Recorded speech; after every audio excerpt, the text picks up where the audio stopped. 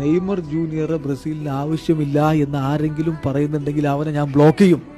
കാരണം ഒറ്റ കാല് വെച്ച് നെയ്മർ ഇറങ്ങിയാൽ പോലും ഈ ഇറങ്ങിയിട്ടുള്ള ഇവന്മാരെക്കാൾ മികച്ചവനാണ് നെയ്മർ ജൂനിയർ. ബ്രസീലിന്റെ നമ്പർ 10 ആണ് നെയ്മർ ജൂനിയർ.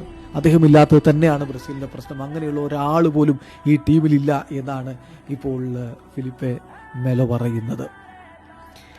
നിങ്ങൾ നെയ്മറിന് ആവശ്യമില്ല ബ്രസീലിൽ നിന്ന് ആരെങ്കിലും പറഞ്ഞാൽ ഞാൻ ബ്ലോക്ക് ചെയ്യും. I will block U.